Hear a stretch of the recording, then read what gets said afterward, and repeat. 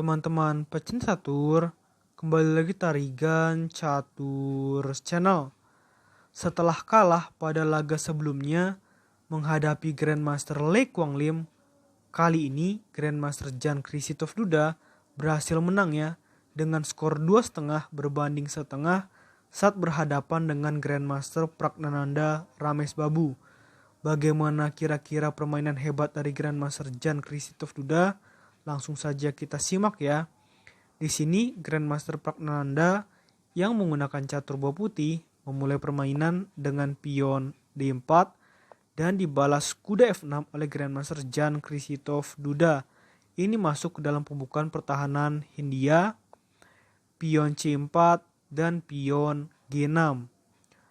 Kuda C3 masuk ke dalam pembukaan pertahanan Hindia Raja dan pion D5. Maka berubah lagi, kali ini masuk ke dalam pembukaan pertahanan Grand Field. Pion pukul pion di petak D5, kuda pukul pion di petak D5, pion ancam kuda, dan seperti biasa balasannya adalah kuda pukul kuda di petak C3 dengan tempo ancam menteri, dan pion pukul kuda di petak C3. Gajah G7 dan gajah C4. Pion C5 dan kuda E2, rokade pendek oleh hitam dan gajah E3, kuda C6 dan rokade pendek oleh putih, lalu pion E6, pion D pukul C5 dan menteri pindah ke A5, pion F4 dan benteng ancam menteri, menteri E1 dan menteri maju ke petak A4 dengan tempo ancam gajah. Gajah mundur ancam menteri dan menteri pukul pion di petak E4 mengancam gajah putih petak gelap. Kuda ancam menteri sekaligus untuk melindungi gajah putih dan menteri maju ke D3. Benteng melindungi pion dan gajah D7, menteri F2 dan kuda A5. Gajah mundur ancam menteri lagi dan menteri mundur ke A6. Gajah D4 mengajak pertukaran gajah oleh putih yang diterima oleh hitam. Gajah pukul gajah di petak D4, pion pukul gajah di petak D4, dan gajah ancam benteng. Benteng pindah ke D1 dan pion F5, pion H4 dan benteng D7, benteng E1 dan benteng D8 menumpuk benteng di lajur D. Selanjutnya putih menjawab dengan langkah yang kurang bagus ya, yaitu dengan pion ke petak C6. Tentu saja tujuan dari putih adalah untuk segera mengosongkan baris atau lajur C dengan tujuan benteng putih nanti bisa leluasa di baris C. Tetapi sayangnya langkah ini adalah blunder, dan karena langkah ini Grandmaster Jan Krisitov Duda unggul +2 ya secara posisi.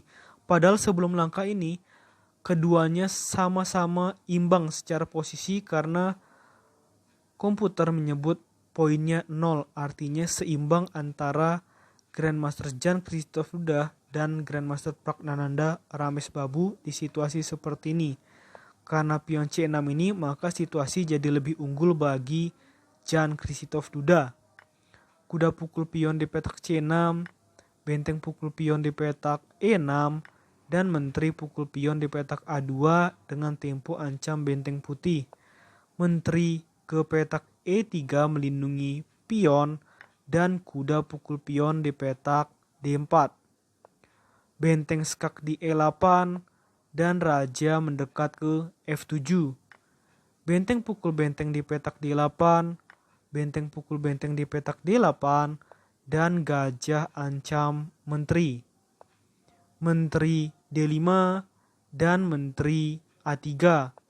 Menteri D6 ajak adu menteri dan gajah skak di A2. Raja menghindar ke petak G7 dan menteri E3. Benteng E8 ancam menteri dan benteng skak. Di sini kalau menteri pukul benteng, maka kemungkinan besar akan menteri pukul kuda skak. Dan tempo skak ini yang sangat tidak disukai oleh pemain hitam. Oleh karena itu Jan Krzysztof Duda tidak melakukan langkah menteri pukul benteng, melainkan lebih memilih raja pindah ke H6 dan menteri melindungi benteng. Gajah C6 menutup akses menteri putih untuk memberikan perlindungan terhadap benteng putih, sehingga benteng putih harus pindah ke petak F7 sebagai satu-satunya petak yang aman untuk ditempati . Benteng E2 ancam pion putih 2 kali, ini sudah sangat sulit posisinya bagi pemain putih. Kalau yang terjadi di sini, kalau kuda pukul benteng, maka kuda pukul kuda skak menteri. Jadi jelas benteng ini tidak bisa dimakan, dan rekomendasi dari komputer harusnya menteri pukul gajah.